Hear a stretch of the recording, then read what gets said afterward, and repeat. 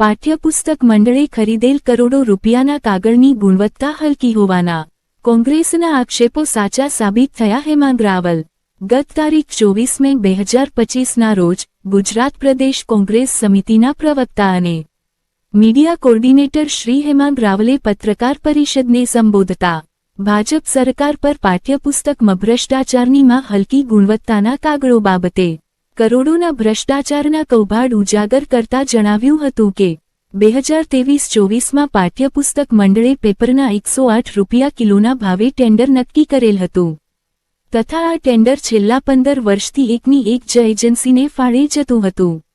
વળી એ જ પ્રકારના કાગળ અન્ય એજન્સી 87 રૂપિયા કિલો આપવા પણ તૈયાર હતી, પરંતુ તે 107 રૂપિયાના ભાવે ખરીદવામાં આવ્યા હતા. ત્યારે આ બાબતને હાઈકોર્ટમાં પણ લઈ જવામાં આવી હતી. તે સમગ્ર પ્રકરણને કોંગ્રેસ દ્વારા ઉજાગર કરવામાં આવ્યું હતું અને તાજેતરના નવા ટેન્ડરમાં આ વર્ષે એટલે કે વર્ષ 2025માં જૂન મહિનામાં જે પુસ્તકો વેચવામાં આવશે તેના માટેના કાગળ ખરીદીમાં પાઠ્યપુસ્તક મંડળમાં મિલોનો ભાવ ₹53.50 પ્રતિ કિલોગ્રામ 70 ગ્રામ વજનવાળી ગુણવત્તાનું પેપર ખરીદેલ છે. આંતરિક વર્તુળોના જણાવ્યા મુજબ ઉપરોક્ત 70 GSM વાળો કાગળ જે સપ્લાય દ્વારા મેળવવામાં આવ્યો છે તેના GSM પૂરતા નથી અને તેની વ્હાઇટનેસની ક્વોલિટી પણ સ્પેસિફિકેશન મુજબની નથી. આ કારણે પુસ્તકો છાપવામાં મોડું થઈ રહ્યા હોવાનું જાણમાં આવ્યું છે. સાથે સાથે હજી સુધી ટાઇટલ પણ પ્રિન્ટ નથી થયા તેવી પાઠ્યપુસ્તક મંડળના આંતરિક વર્તુળોમાંથી માહિતી મળેલ છે. એક સક્ષમ વિરોધ પક્ષ તરીકેની ભૂમિકા ભજવતા કોંગ્રેસે મે મહિનામાં ઉપરોક્ત કૌભાંડને ઉજાગર કર્યું હતું અને આજરોજ સામાજિક કાર્યકર જૈનિક પટેલ દ્વારા લેબ ટેસ્ટિંગ કરાવતા કાગળની ગુણવત્તા 70 GSMની જગ્યાએ 66 GSM સાબિત થઈ હતી અને તેની વ્હાઇટનેસ 92ના બદલે 75 સાબિત થઈ હતી. ઉપરોક્ત લેબ ટેસ્ટિંગના ખુલાસા બાદ હજુ પણ આંતરિક વર્તુળો દ્વારા માહિતી મળેલ છે કે બાળકોને આપવામાં આવેલા પાઠ્યપુસ્તકોમાં 3 થી 4 અલગ અલગ પ્રકારના હલકી ગુણવત્તાવાળા કાગળ વાપરવામાં આવ્યા છે.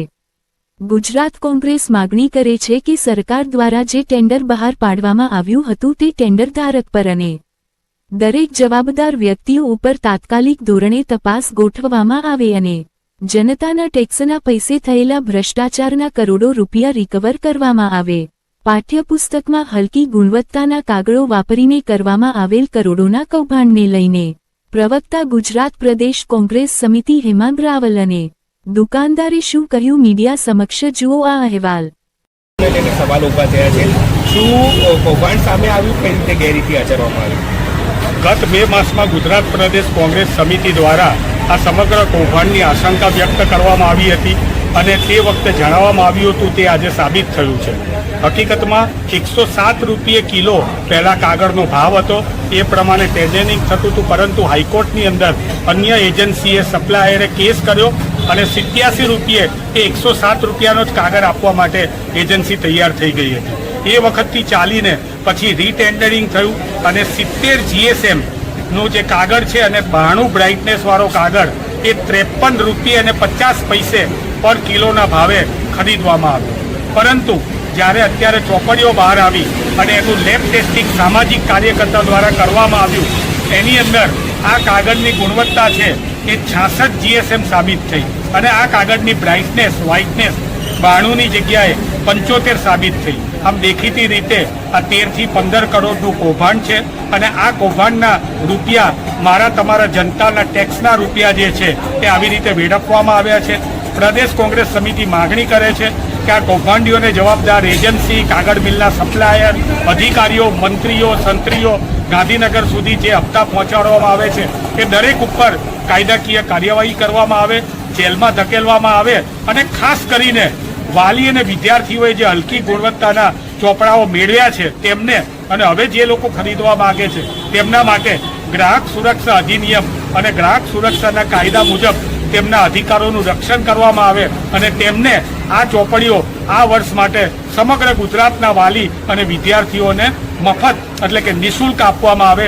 કારણ કે ભૂલ જે છે એ સરકારની અને પાઠ્યપુસ્તક મંડળની છે, તેને શા માટે એ ગુજરાતના વિદ્યાર્થીઓ ભોગવે? કુમાર જીવનલાલ ચૌહાણ છે, વીકે સ્ટેશનર છે, કેટલાક સમયથી આ વર્ષે ગુણવત્તા બિલકુલ ખરાબ છે. પુસ્તકો તરત પ્રિન્ટિંગ બી બરાબર નથી અને ઓછા જીએસએમ નું છાપેલું છે ને લાઇટ વાળા પુસ્તક નથી. જે લાઇટ હોવું જોઈએ પ્રકાશ એવો હોતો નથી. બાળકોને તકલીફ પડે છે વાંચવામાં ને એમાં. અને પ્રિન્ટિંગ તો એટલું બધું ખરાબ છે કે ના પૂછો વાત. નવી બુકો અત્યારે મળતી નથી. અત્યારે એટલી બધી અછત છે કે વાલીઓ સ્કૂલો માટે પુસ્તકો માટે આમ છે તેમ ફરે છે અને કોઈ પણ ધોરણના પૂરા પુસ્તક મળતા નથી. ઓકે, જનરલી દર વખતે ગુણવત્તા કેવા પ્રકારની હોય છે ને એના પ્રમાણમાં આ વખતે કયા પ્રકારનો બદલાવ જોવા મળી રહ્યો છે? આ વખતે ઘણી જ પુસ્તકો પ્રિન્ટિંગ બરાબર નથી. એનું જે પેપર આવે છે જે 70 GSM થી 80 GSM નું હોય છે એની જગ્યાએ 60-65 ગ્રામનું બી નથી કાગળ. અને જે ગયા વર્ષે પુસ્તક છે એના કરતા બિલકુલ ક્વોલિટી ખરાબ છે. જે ખરીદીને ગયા છે એ બાળકો અને વાલીઓ વાલીઓની બી તકલીફ છે. કેટલા સમય સુધી ટકે છે આ પુસ્તકો? આ વાલીઓની એવી ફરિયાદ છે કે આ જે છે ને એનું બાઇન્ડિંગ બી તરત નીકળી જાય છે અને જેવું ચોમાસું આવશે કે એને બધા પેજ છૂટા પડી જશે. પાઠ્યપુસ્તક મંડળના અધિકારીઓ જ્યારે એમના કાગળો 70 ગ્રામની જગ્યાએ 66 ગ્રામ લેબની અંદર સાબિત થઈ ગયા છે, એ પછી પણ પોકળ દાવાઓ કરે છે. તેમનું કહેવું છે કે કાગળ બહારથી આવે છે એટલે કે કંપનીમાંથી આવે છે ત્યારે પણ એનો ટેસ્ટ કરવામાં આવે છે અને ત્યાર પછી અમારી જોડે આવ્યા પછી પણ ટેસ્ટ કરવામાં આવે છે. જો આટલા ટેસ્ટ કરવામાં આવ્યા પછી પણ જ્યારે પુસ્તકો બજારમાં આવ્યા હોય ત્યારે એ પુસ્તકોના કાગળ અને એની વ્હાઇટનેસ, એની બ્રાઇટનેસ જો ખરી ના ઉતરતી હોય તો એની જવાબદારી કોને લેવાની? હું આજે પાઠ્યપુસ્તક મંડળના એ દરેક અધિકારીને ચેલેન્જ આપું છું કે મારી સાથે આવે અને બજારમાંથી પાઠ્યપુસ્તકો મંડળ ખરીદે. જે પાઠ્યપુસ્તક મંડળે છાપેલા પુસ્તકો છે એ અધિકારીઓ મારી સાથે રહીને આપણે જોડે ખરીદીએ અને એનો કાગળ કાપીને લેબની અંદર ટેસ્ટ કરાવવા મોકલીએ એટલે દૂધનું દૂધ અને પાણીનું પાણી થઈ જશે. હકીકતમાં અધિકારીઓ અત્યારે હકીકતમાં ગીતામાં લખેલું છે કે પરિસ્થિતિનો તો જ સામનો કરી શકીશું જો પરિસ્થિતિનો સ્વીકાર કરીશું. અધિકારીઓએ અત્યારે જ્યારે તેમના ઉપર આવા આરોપો અને લેબ ટેસ્ટિંગની અંદર સાબિત થયા હોય ત્યારે એમણે આની તપાસ કરવી જોઈએ અને સંબંધિત લોકો ઉપર કાયદાકીય કલમો લગાવીને ફોજદારી ગુના લગાવવા જોઈએ. એની જગ્યાએ હજી પણ તેઓ એમ કહી રહ્યા છે કે ના, આ કાગળ બરાબર છે.